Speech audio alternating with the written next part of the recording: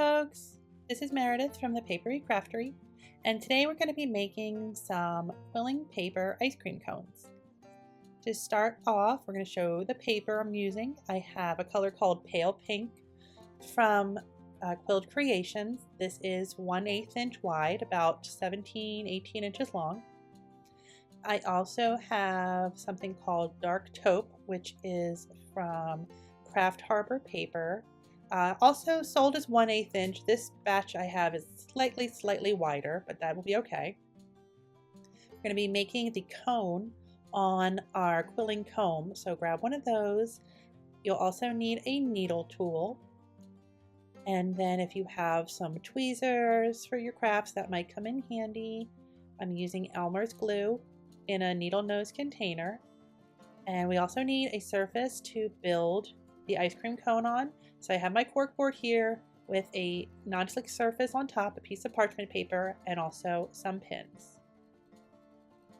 To start, we're going to be making the cone. So here's everything I need for my little ice cream cone. I'm going to be using one entire strip of this dark taupe, but I won't need the whole thing. How much you need really entirely depends on the quilling comb that you use. Everyone is going to be a little bit different.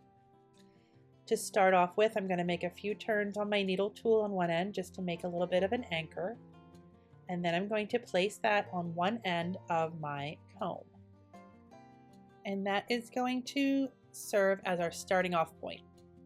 Holding that at the bottom and to strip towards the front, I'm counting up about 6 teeth on my comb, which is going to be about 1 inch. This technique should work on any type of quilling comb, not just the onion holder type that I'm using, but the sizing might be slightly different. After bringing the strip around that 6th loop and coming back to the start, I add a little bit of glue and then go to an angle and then 1 step down. Bring the strip back to the bottom, a little bit of glue, add an angle, and then 1 step down on the other side. So now we have 1 in the middle and then 1 on either side. And essentially what we're going to do is just keep going back and forth in the same way, adding a little bit of glue at a time. I've shown this weaving technique before, and I haven't needed to glue as much. I think because we're going to be ending up weaving the entire length of the comb all the way to the bottom, there's something about that little bit on the bottom that makes this unravel a little bit.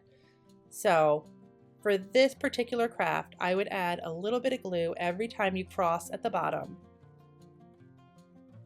I didn't do it there, but that's okay. It's all right to miss 1 or 2, but I would definitely try to add a little bit of glue to each level at least. And we're just going to go back and forth, add an angle until we get to the very last tooth.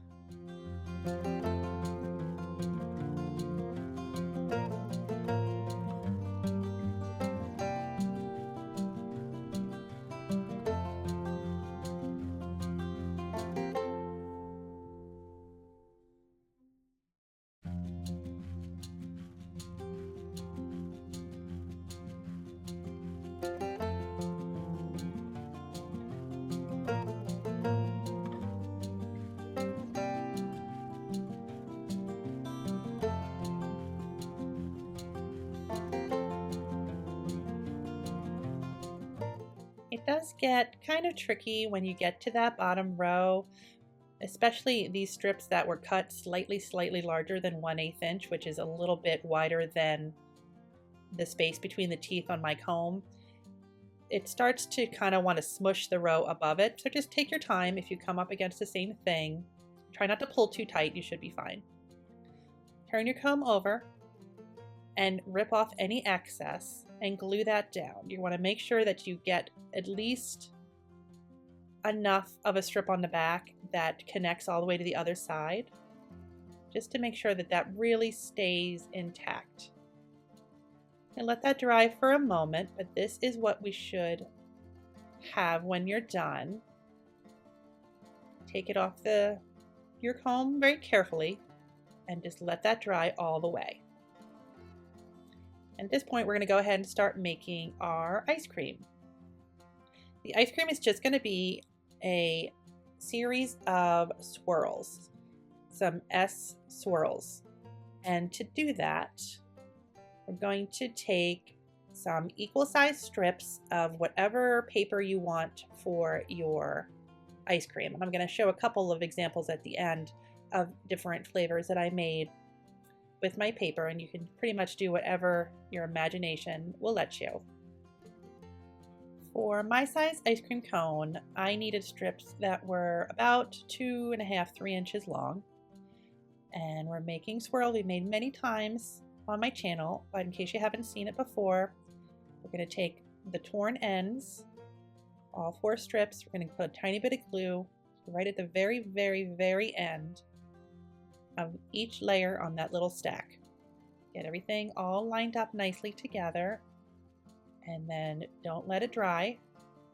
You're going to want to start with your needle tool on the end, and you do have to apply some pressure with the hand where the paper is.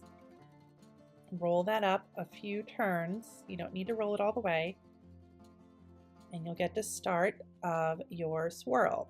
And then just to separate the different layers, you take one at a time, holding them all together in one hand. You can push and pull each strip in and out with the other hand, and everything should stay together.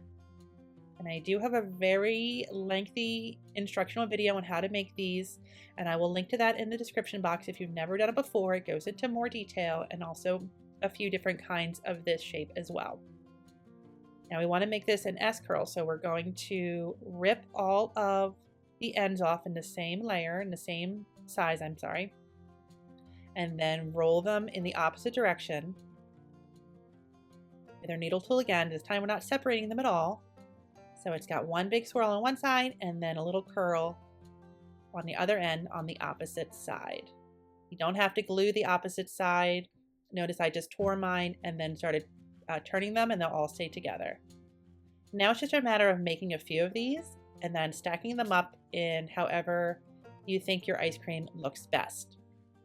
I will note that the ice cream cone is a little bit puffier. It stands up a little bit more than the ice cream itself does, and I found that if you just kind of smush it, the center where you put all the glue isn't really going to smush, but that's okay. The ends will, and that enough gives it the illusion that it's all the same size. So here I made 3 different S swirls, and I was kind of stacking them. I've done this a few times, so I kind of know the look I'm going for. And I have 2 of the bigger curls on the sides, 1 in the middle, a little bit of glue where they're all going to hit the cone and each other, and just get that looking the way I want it. Don't be afraid to use pins if you're having trouble keeping your ice cream together, and you can also use some to keep it attached to the cone while it dries. I put a couple of pins through the swirls itself, and then some just behind the cone just to kind of keep it in place. And then it's just gonna be a matter of plopping that last one on there, and that's pretty much it for a little quilling paper ice cream cone. Let that dry and take it off the board, and we'll see what we're working with.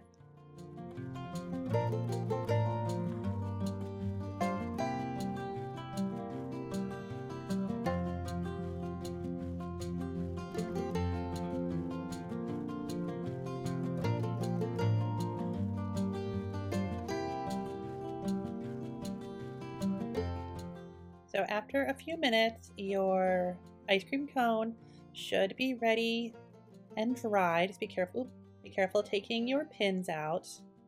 And remember, that cone is a little fragile. That weaving technique is a little bit more fragile than your average quilling. There you go. You can use it on cards or whatever else you think your quilling might be fun for. I just wanted to show some other examples. I put some sprinkles on. These are just little 1-inch tight coiled little pegs made from red and yellow and blue strips. So you can add sprinkles You can do a different color cone. I have more of like one of those cake kind of cones there instead of a waffle cone. There's a little, my daughter asked for chocolate chip cookie dough, so there's my attempt at that. I really like this chocolate vanilla swirl, and I made that just by doing 3 strips of a kind of an ivory color and then 1 of a nice chocolate brown.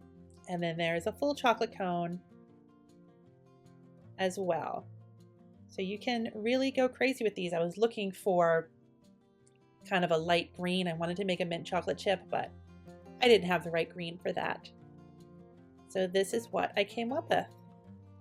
And this project was really fun. It combines 2 of my favorite quilling techniques. I really love making things on my quilling comb. I do think it's just a really creative way to use quilling strips, and then any kind you can throw in some swirls. Everybody loves those. And then figuring out how to stack them in different ways to make them look like some swirly ice cream. It was just, this is a really fun project. I really like this one. Good way to have fun with your summer crafts. So as always, don't forget to leave any questions you have in the comment section for the video, and I will answer them as soon as I can. I will also link to all the supplies I used for this video, all the different colored strips, and I'll try to find that green I was talking about as well, and I'll link to that. I'll also link to the swirl video, the first one that I made that talks all about how to really do the technique so you can learn those different types of swirls and have fun with that as well. You'll also want to remember to like and subscribe if you haven't already, and that way you'll get notified when I make my next video. And I will see you then. Thanks so much for watching. Bye-bye.